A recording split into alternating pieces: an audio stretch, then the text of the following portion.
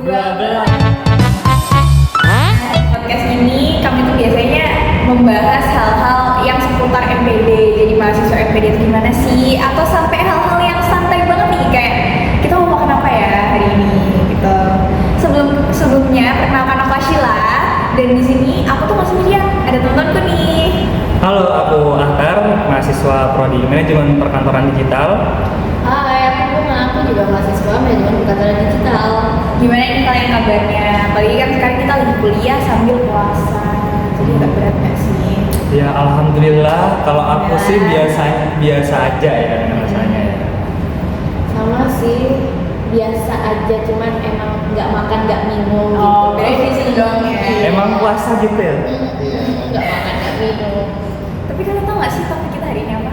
Ada yang tahu nggak? Apa tuh? Tahu nggak? Nah, di video lalu kan kita udah bahas tentang Wakatobi nih.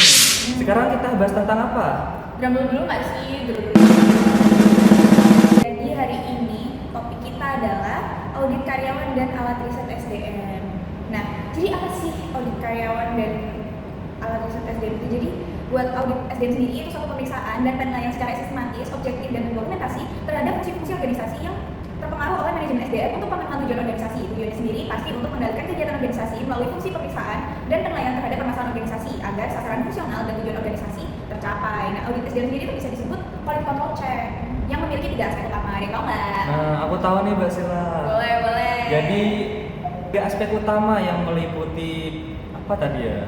Audit SDM. Audit SDM. Oke, yang pertama yaitu ada pelaksanaan fungsi-fungsi dari HRM, HRD, dan HRIS. Yang kedua adalah pemenuhan dan ketaatan terhadap ketentuan, kebijakan, dan prosedur Human Resource Management. Dan yang terakhir adalah kepuasan dan tanggapan pegawai. Nah, di lingkup audit SDM sendiri itu ada 3. Yang pertama Human Resources Development, yang kedua Human Resources Management, yang ketiga Human Resources Information System.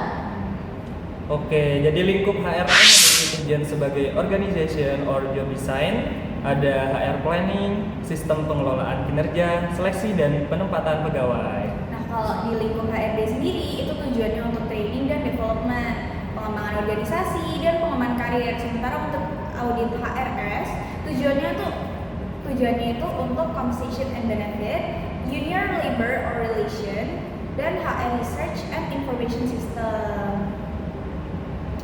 Penting apa sih pelaksanaan audit ini? Penting apa tuh?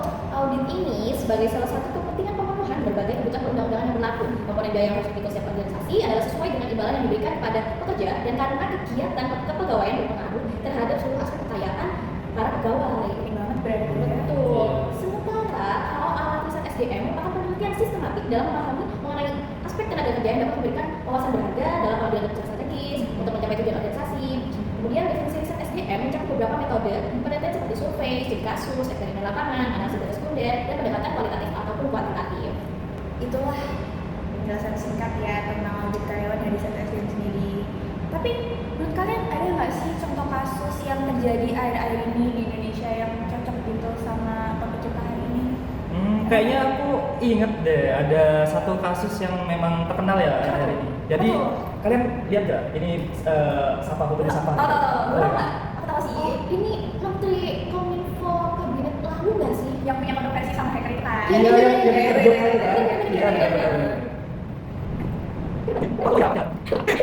Direktur Manager Outlet merupakan Menteri Komunikasi dan Informatika Indonesia sejak 2019 sampai 2023 dalam Kabinet Indonesia Maju di bawah kepemimpinan Presiden Joko Widodo. Ia merupakan sarjana ekonomi di Universitas Katolik Atmajaya pada 1986. Saya jadi ekonomi ya. Mungkin kalau misalnya kita mau jadi menteri kominfo tuh kita harus punya latar belakang kayak sarjana IT atau sistem informasi gitu.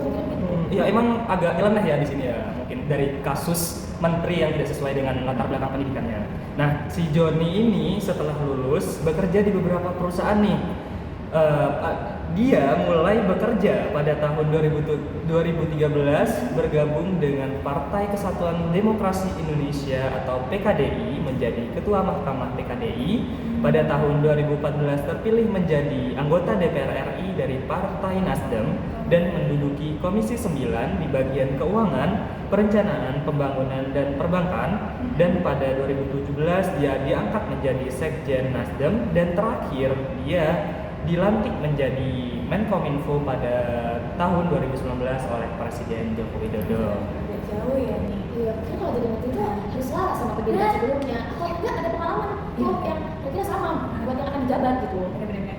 Nah, kira sih juga gitu juga kan. Tapi itu emang banyak sih menteri yang ditunjuk tapi nggak sesuai dengan latar pendidikan atau pengalaman. Apalagi dalam bidang IT dan informasi ini menurutku krusial banget ya. Soalnya kan ini mencakup jalan kita satu Indonesia loh. Ya kan? Jadi kayaknya lebih baik ditempati sama orang yang punya keahlian atau pengalaman di bidang itu. Ya benar-benar banget. Juga aku nih nge-spill salah satu contoh kasus juga ya.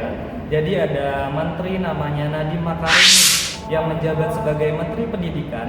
Padahal beliau ini memiliki background pendidikan yang tidak selaras sama posisi jabatannya. Apa tuh? Jadi dia selama menjalankan perkuliahan, dia mengambil mata kuliah di bidang ekonomi dan bisnis dengan gelar sarjana dari Brown University dan MBA dari Harvard Business School. Sebelum menjabat sebagai menteri, ia adalah pendiri Gojek, sebuah perusahaan teknologi ini guys. Agak jauh juga ya. Iya. Tapi setelah aku riset ulang nih, syarat menjadi menteri di Indonesia itu yang pertama harus WNI, lalu bertakwa pada Tuhan Yang Maha Esa, setia kepada Pancasila, lalu ada sehat jasmani dan rohani, memiliki integritas dan kepribadian yang baik, tidak pernah dipidana penjara berdasarkan putusan pengadilan yang telah memperoleh kekuatan hukum tetap karena melakukan tindak pidana yang diancam dengan pidana penjara 5 tahun atau lebih. Tapi kalau misalnya orang yang dipidana karena alasan politik dan telah mendapatkan rehabilitasi, dan itu bisa dikecualikan, jadi dia bisa jadi kayak jabat lagi lah jadi menteri kalau dia mau. Terus ada juga beberapa larangan kalau misalnya kita udah jadi menteri ini, seperti dilarang merangkap jabatan sebagai pejabat lainnya. Jadi kita kalau udah jadi menteri nggak boleh tuh jadi DPR lagi atau apa. Terus dilarang menjadi komisaris atau direksi pada perusahaan negara atau swasta. Dilarang memimpin organisasi yang dibiayai dari APBN atau APBD. Untuk proses pengangkatannya sendiri, menteri diangkat oleh Presiden Republik Indonesia. Proses ini melibatkan seleksi yang sangat ketat nih katanya, di mana Presiden mempertimbangkan kapabilitas, pengalaman, dan prestasi calon menteri. Oh, ada pengalamannya. Meskipun banyak menteri berasal dari partai politik, tapi sebenarnya kalau kita mau nyalon jadi menteri nggak harus punya partai politik gitu. Nah, di sini juga si Joni ini ya, dia tuh diangkat menjadi Menteri Kominfo oleh Presiden Joko Widodo melalui hak prerogatifnya pada tahun 2019 tanggal 23 Oktober. Meskipun latar belakangnya lebih banyak sih di bidang bisnis daripada telekomunikasi ya. Oh, lewat jalur pengangkatan presiden ya berarti.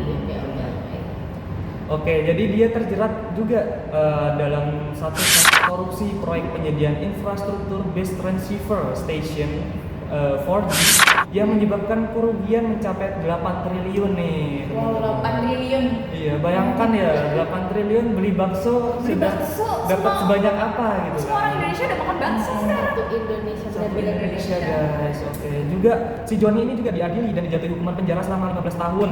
Selain itu mendapat beberapa kontroversi lain seperti penerimaan uang korupsi terkait proyek BTS 4G, penerimaan ataupun permintaan dana operasional untuk tim pendukung menteri sebanyak 500 juta per bulan.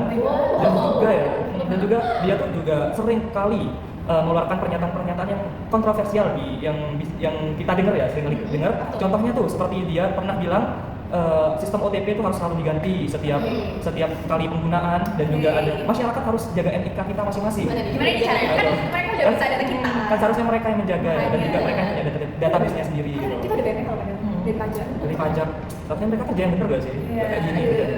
Dan juga ada kasus yang terkenal juga ya, yaitu si Joni ini minta masyarakat jangan berbicara kotor seperti video minta PSE pakai ekripsi dan lain-lain. Dan ini kasusnya tahun berapa? Tahun berapa tuh? Baru ketahuannya sih Mei 2023 ya. Cuma terjadinya selama dia menjabat sebagai menteri, itu periode tahun 2020 sampai 2022. Kalau yang terlibat siapa aja tuh, kan kasusnya banyak tuh. Tentunya banyak ya. Nih aku sebutin.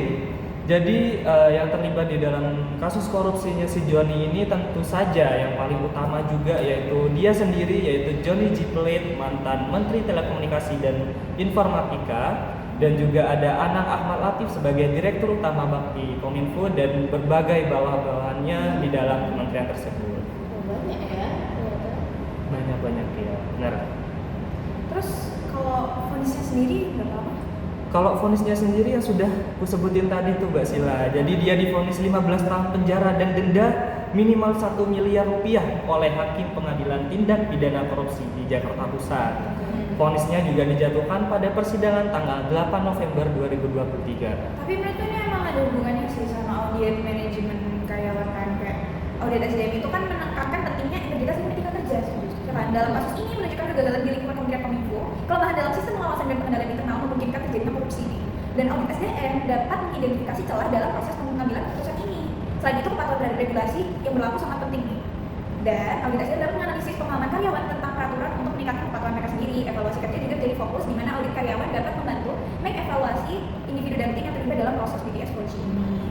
Lalu ini juga bisa menjadikan rekomendasi terkait tindakan disiplin. Dengan demikian audit SDM berperan penting dalam mencegah dan mendeteksi kasus korupsi seperti yang terjadi pada Juni Ciplay. Jadi biar kita nggak terjadi lagi korupsi yang sama. Nah, tapi kalau menurut kalian sendiri itu gimana, guys? Kalau dari aku sih harusnya pemerintah melakukan audit paling nggak setiap 6 bulan sekali gitu kan. Mengingat menteri-menteri kita itu menjabatnya tidak selaras dengan pendidikan sebelumnya. Terus audit juga dapat dilakukan menggunakan metode kualitatif seperti wawancara, observasi partisipatif, analisis, kemudian dapat menghasilkan pemahaman mengenai pengalaman individu dan perilakunya dalam menjalankan tugasnya. Selain itu, metode kuantitatif juga dapat digunakan seperti survei, kuesioner, dan analisis data. Metode ini tuh cocok untuk mendapatkan pengukuran mengenai fenomena sumber daya manusia. Tapi menurut kalian kalau jadi menteri itu harus nggak sih kita punya latar belakang pendidikan yang sama atau minimal ada pengalaman lah yang selaras? Jadi kalau menurutku pribadi ya itu memang suatu keharusan dan kewajiban ya. Karena juga dengan kita memilih menteri yang sesuai dengan sesuai dengan bidang pendidikannya, jadi dia tuh sudah tahu nih bakal melakukan apa aja ke depannya di kementerian tersebut. Dan juga menteri yang menjabat seharusnya memiliki latar belakang pendidikan dan pengalaman yang sesuai dengan bidang yang diemban. Ketidaksesuaian ini dapat berdampak negatif pada kemampuan mereka dalam menciptakan inovasi dan menjalankan program kerja. Jika seorang menteri tidak memiliki keahlian yang relevan, mereka akan lebih banyak menghabiskan waktu untuk beradaptasi dengan lingkungan baru daripada fokus pada pengembangan kebijakan yang efektif. Akibatnya apa? Proses inovasi dalam kementerian tersebut akan terhambat dan kinerja kementerian bisa menjadi tidak optimal. Gimana nih menurut kalian setelah pembahasan kita? Agak berat ya. Tapi aku jadi tahu banyak loh Benar. sistem menteri kita sendiri itu bisa jadi buat evaluasi kita sih. Nah, tapi sayang banget nih waktu itu udah habis. Ya, Udah habis. seru banget gak sih Iya, sekarang ini guys? kita harus podcast lagi sih, tapi dengan mungkin tema yang berbeda. Betul. Jadi gimana nih guys? Jangan lupa komen ya kalau kalian punya saran tema yang bagus. Don't forget to comment, like, and subscribe. Kita kelompok 12, pamit undur diri dulu. Dadah. Dadah, see you guys. Guys.